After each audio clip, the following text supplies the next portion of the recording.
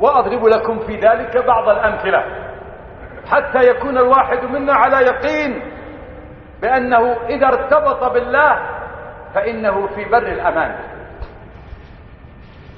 دعا الله تبارك وتعالى نوح على قومه، دعا الله نوح على قومه فأجاب الله الدعاء، لكن أمره بأن يفعل السبب. وماذا؟ بأن يصنع السفينة، يصنع السفينة، سفينة يركب فيها هو ومن آمن معه، وما آمن معه إلا قليل. وعندما فعل السبب وتوكل على الله أمر الله السماء أن تمطر والأرض أن تخرج ماءها، فالتقى ماء الأرض وماء السماء حتى ارتفع على أعلى جبل في البلاد أكثر من 40 ذراعا. وكان أمر القوم ما كان، أهلك الله جميع الكافرين بما فيهم ابن نوح الذي دعاه وأبوه إلى أن يركب معهم بشرط أن يوحد، فقال سآوي إلى جبل يعصمني من الماء. انظروا إلى موت القلوب، الجبل يعصمه من من؟ من الله. فهل الجبل يتحكم في الله حتى يعصمه؟ موت القلوب يجعل الإنسان هكذا، كأولئك الذين إذا قيل لهم ادعوا الله أن ينصركم على عدوكم قال لا، سنأوي إلى الطغاة إلى الكفار من اليهود والنصارى والملحدين والشيوعيين. بيننا وبينهم علاقات وصداقات، فلن يقصروا معنا، سوف ينصروننا على عدونا. أين الله؟ أين الله؟ أين الله؟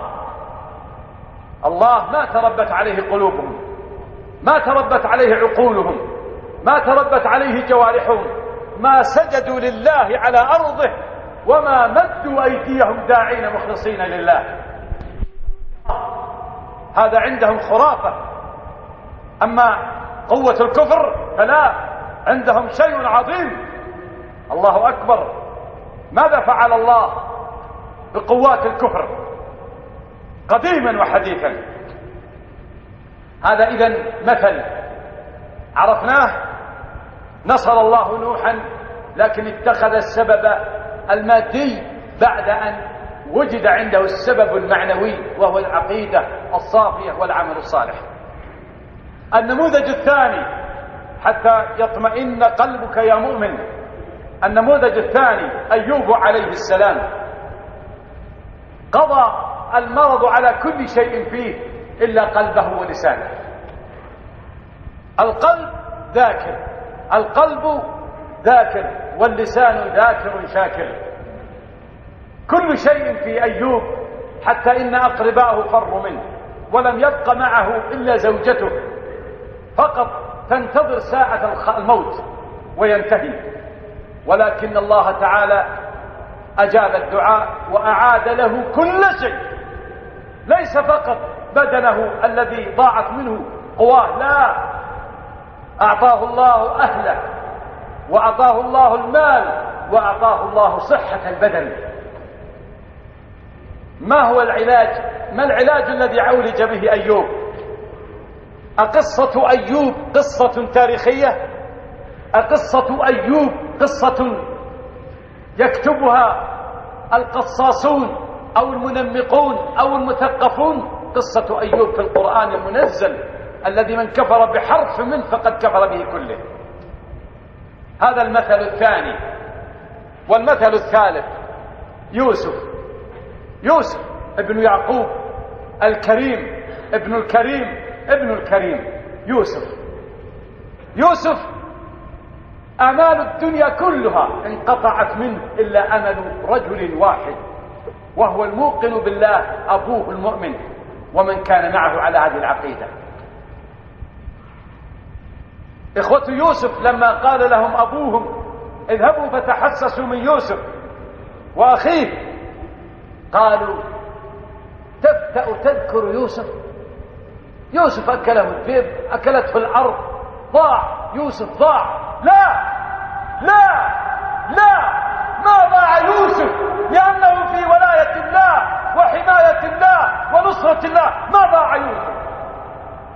عاد يوسف، عاد يوسف، عاد يوسف بعد أن صبر وتجلد وأطاع وعف عن الحرام، عف عن الجريمة، لأن التوحيد يحميه والدين يحميه والكرم النفسي يحميه.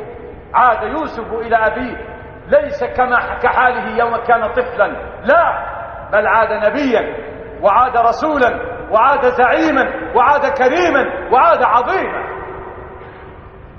قصة يوسف في القرآن، من الذي أعاد يوسف؟ من الذي أعاد يوسف؟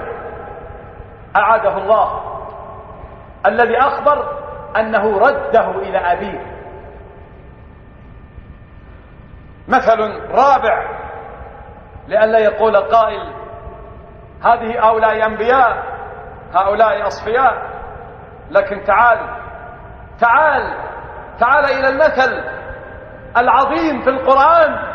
امرأة فرعون، نبية؟ لا. رسولة؟ لا. امرأة فرعون مؤمنة دعت ربها فأجاب دعاءها.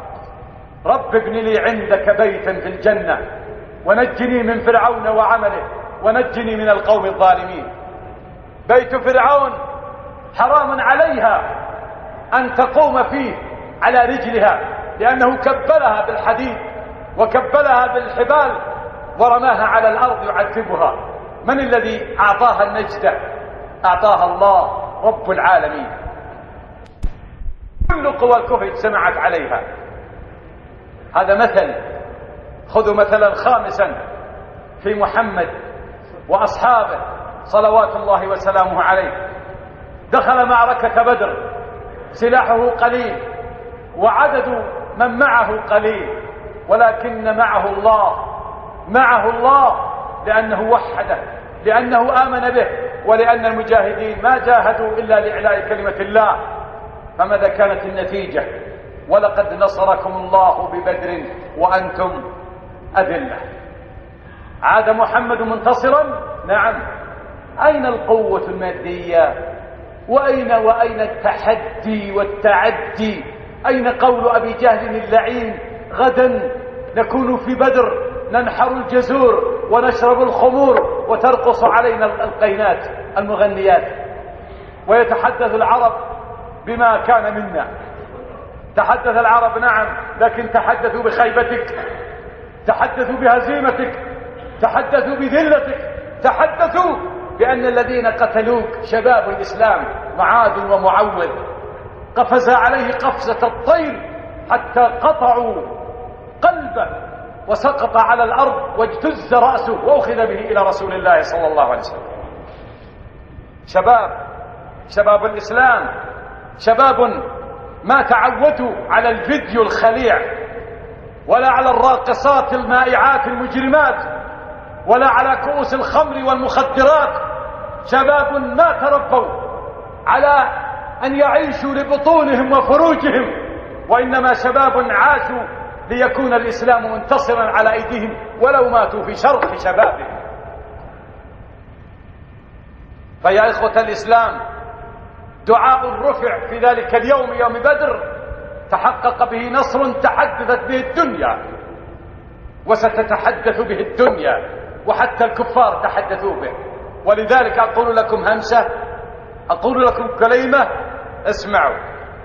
أدرك الكفار أنكم تنتصرون بالإسلام، فسعوا في إطفاء هذا الإسلام وتضعيفه فيكم وتهوينه في قلوبكم وإبعادكم عنه، ولو على الأقل أن يكون حظكم من الإسلام التسبيح والتهليل والصلاة والذكر والدعاء.